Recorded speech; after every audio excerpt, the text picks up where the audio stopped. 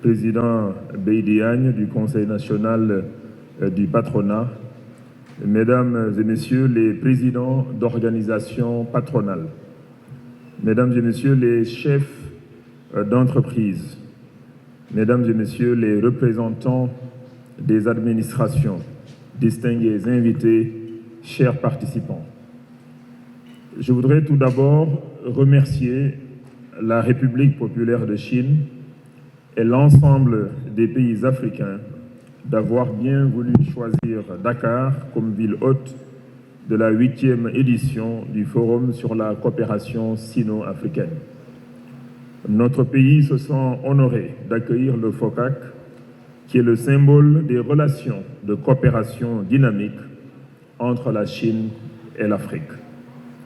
La 7e conférence des entrepreneurs qui nous réunit ce matin et que j'ai l'honneur de co-présider est une partie intégrante du FOCAC.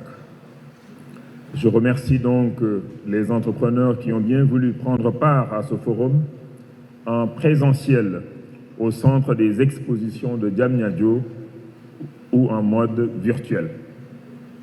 Mesdames et Messieurs, cette conférence se tient à une période charnière où les pays africains cherchent à rétablir de manière efficace et durable la trajectoire de progrès socio-économique de ces dernières années, brutalement stoppée par la Covid-19. La production en Afrique subsaharienne s'est contractée de 2,4% en 2020 en Afrique subsaharienne, donc en raison de la pandémie de la Covid-19, qui a aussi entraîné une récession de moins 1,1% en Afrique du Nord. Fort heureusement, la riposte a été vigoureuse dans tous les pays.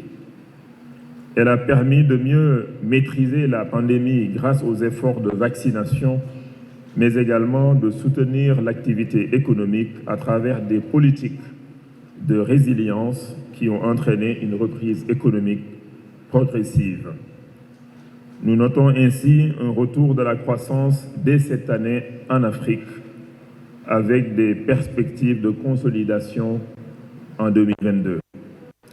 Toutefois, il convient de reconnaître que la pandémie a contribué à creuser les déficits budgétaires, à accroître la dette publique et à engendrer une destruction du capital humain. À cet égard, il est crucial que nous retenions les leçons de cette pandémie. Ce forum est une excellente tribune pour partager nos expériences afin de tirer les meilleures leçons de cette crise. Mesdames et Messieurs, il me plaît de relever la forte résilience de la coopération Chine-Afrique face aux chocs liés à la crise sanitaire. En effet, il est heureux de constater une reprise des investissements directs étrangers chinois en Afrique qui s'établissent à 2,5 milliards de dollars au cours des 9 premiers mois de 2021. Cette tendance peut être consolidée, surtout avec l'avènement de la zone de libre-échange continentale africaine qui offre une occasion unique de promouvoir le commerce intra-africain tout en s'inscrivant dans les initiatives chinoises telles que la route de la soie. Sa mise en œuvre devrait accroître le commerce intra-africain et également profiter à nos relations commerciales avec la Chine. En dépit de ces avancées, les relations Chine-Afrique font face à de nouveaux défis dans un contexte de relance post-Covid-19. L'Afrique est devenue une géopuissance et jouera un rôle important dans le monde de demain compte tenu de l'évolution démographique et économique du continent qui se positionne comme le futur marché avec 2,5 milliards en 2030.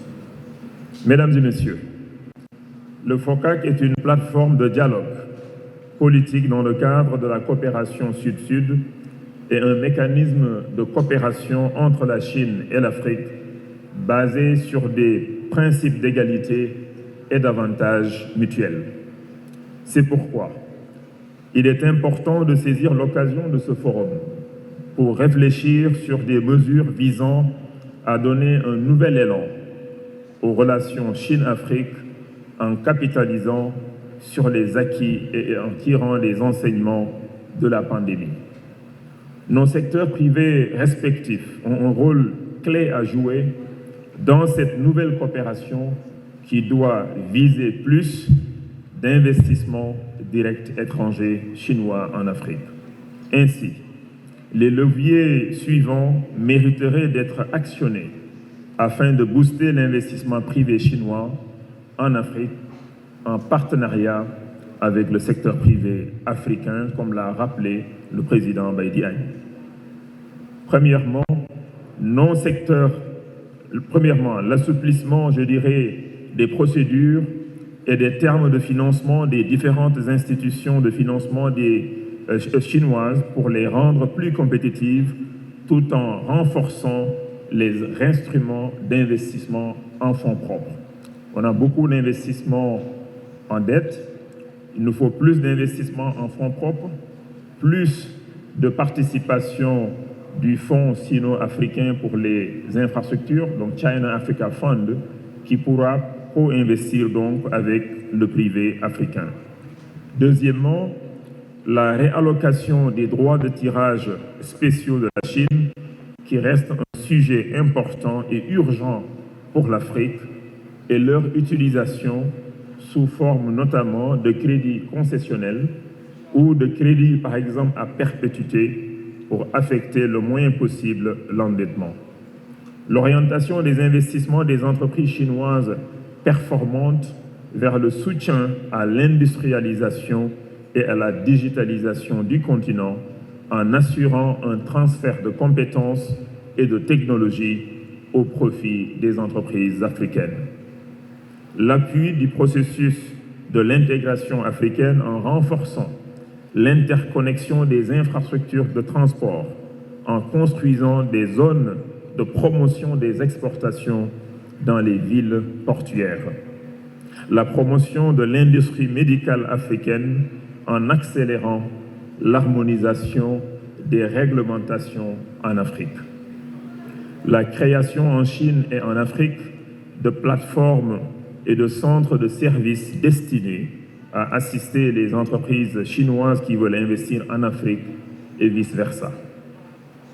Et enfin, la résolution des difficultés relatives à l'obtention des visas de travail et au mouvement des capitaux.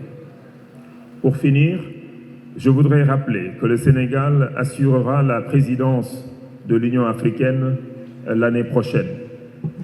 À ce titre, le chef de l'État, son Excellence Macky Sall, ne ménagera aucun effort pour attirer plus d'entrepreneurs chinois en Afrique. Sur ce, je déclare ouverte la 7e conférence des entrepreneurs chinois et africains. Je vous remercie de votre aimable attention. Cessez.